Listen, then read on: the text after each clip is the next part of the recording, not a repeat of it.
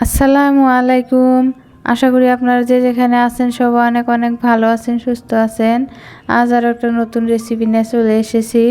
এখানে দেখেন নারিকেল নিয়েছি, নারিকেল কেটে এখন কড়াইয়ে নিচ্ছি। নারিকেলগুলো কড়ানো হওয়ার পরে কিন্তু আমি পিঠা বানাবো। পিঠা বানানোর জন্য কিন্তু নারিকেল রুখে নিচ্ছি।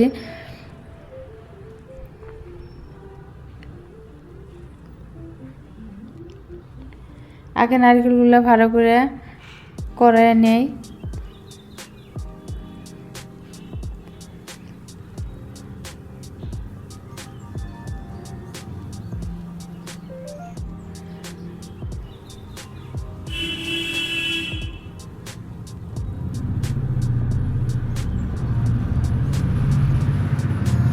এখানে নারিকেল কড়ানো হয়ে গেছে।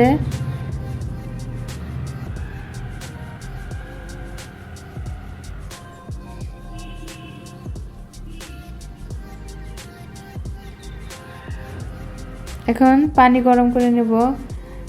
পানি গরম করে রেখে দিয়েছি। এখানে পুরো 2 কেজির মতো গাখির আছে, আগে থেকে জাল করে ঘন করে রাখছি। যেহেতু এই পিঠা বানানোর সময় কিন্তু যে পুরটা বানাবো সেই পুরটা খালি গাখির দিয়ে বানাতে হয়, সেই জন্য আগে থেকে গাখির গরম করে 2 কেজি গাখির গরম করে কিন্তু 1.5 কেজির মতো বানিয়ে নিয়েছি। আর এখানে খেজুর গুড় নিয়েছি। খেজুর গুড় দিয়ে কিন্তু আজ আমি পাটিসাপটা পিঠা বানাবো। এই পাটিসাপটা পিঠা কিন্তু খেজুর গুড় দিয়ে বেশি ভালো লাগে। আর যত যাই বানান চিনি বা এমনি গুড় এগুলো দিয়ে বানালে কিন্তু ভালো লাগে না। শুধু খেজুর গুড় দিয়ে বানালে এই পাটিসাপটা পিঠা খুব ভালো লাগে। একবার খালে বারবার খাবার জন্যে মন কেমন করে। এই পিঠাটাই এতটাই সুস্বাদু, ভালো লাগে। গাখির আরও কিন্তু জাল দিয়ে ঘন করে নিচ্ছি। এদিকে কিন্তু খেজুর গুড় গাখিরের মধ্যে দিয়েছি। দেখেন, দেওয়ার পরে লাহে লাহে লাহে লাহে কিন্তু গলে গাখিরের সঙ্গে একদম মিশে যাচ্ছে।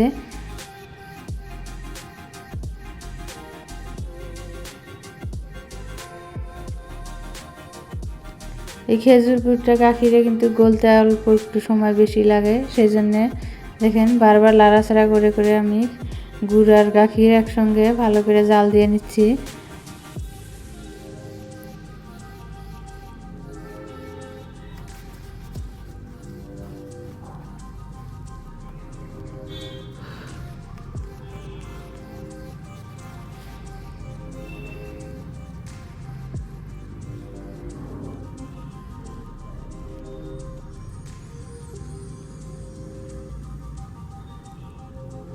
গাখির গরম করতে করতে দেখেন কতটা ঘন হয়ে আসছে।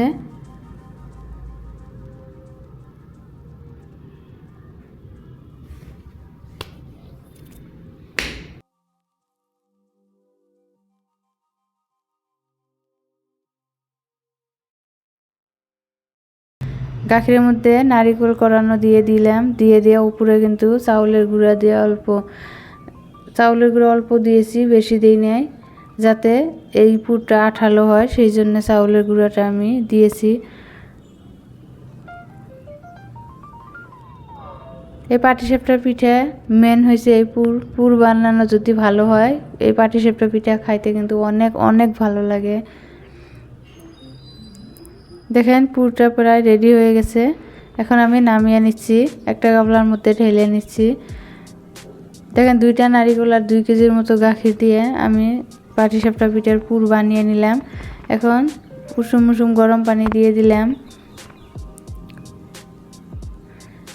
দিয়ে দিচ্ছি চাউলের গুঁড়া, শুকনা চাউলের গুঁড়া দিয়ে কিন্তু আমি পাটিসাপটা পিঠা বানাবো।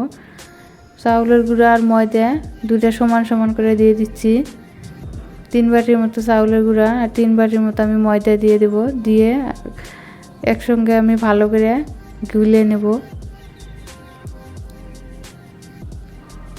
এই পাটিসাপটা পিঠা বানানো গোলাটার মধ্যে কিন্তু সব কিছু, গোলাটা যদি ভালো হয় পিঠাও ভালো হয়। পিঠা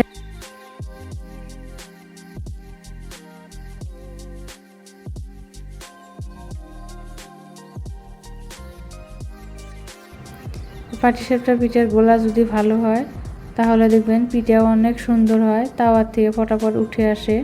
দেখেন ঠিক এরকম করে ঠিক এরকম করে রাখবেন। দেখেন একটা চামচ দিয়ে আপনাদেরকে দেখাই দিলাম, পাতলাও হয় নাই ঘন হয় নাই। এইদিকে দেখেন তাওয়া বসিয়ে দিয়েছি চুলায়, তাওয়া গরম হয়ে গেছে। তাওয়ার মধ্যে কিন্তু আমি গোলা দিয়ে দিলাম পিঠার জন্য। দেখেন পিঠাটা প্রায় হয়ে গেছে। এখন উপর দিয়ে নারিকেলের যে পুর বানিয়ে রেখেছি, পাটিসাপটার পুর দিয়ে দিলাম। দিয়ে এখন রোলের মতো বানিয়ে নেব।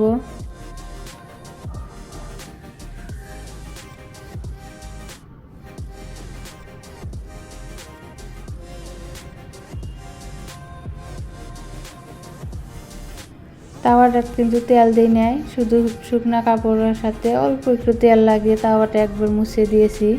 বারবার মুছে দিতে লাগে না, একবার মুছে দিয়েছি। দিয়ে বাকি সবগুলো পিঠা বানাবো। যদি বেশি বানান মাঝে আর 1-2বার মুছে দিবেন, কিন্তু বেশি তেল দিবেন না। তেল দিলে কিন্তু এই পিঠাটা ফুটি ফুটি হয়। ফুটি ফুটি হলে খাইতে ভালো লাগে, কিন্তু দেখতে ভালো লাগে না।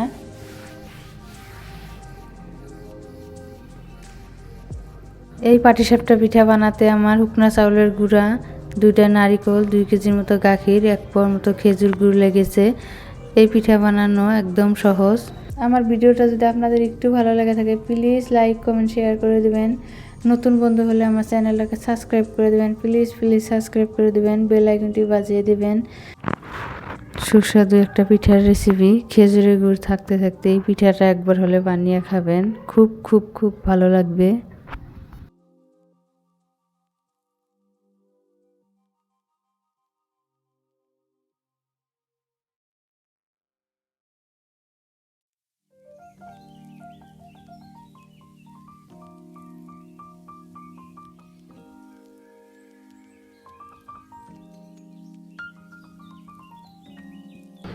লাইক সাবস্ক্রাইব করতে কিন্তু কোনো পয়সা লাগে না, শুধু একটু কষ্ট করে কিন্তু লাইক সাবস্ক্রাইব করলে কিন্তু আমাদের ভালো লাগে। এত কষ্ট করে ভিডিও বানাই, ভিডিও ভিউজ দেখা পেলে ভালো লাগে, বা লাইক কমেন্ট করলে কিন্তু আরও বেশি ভালো লাগে।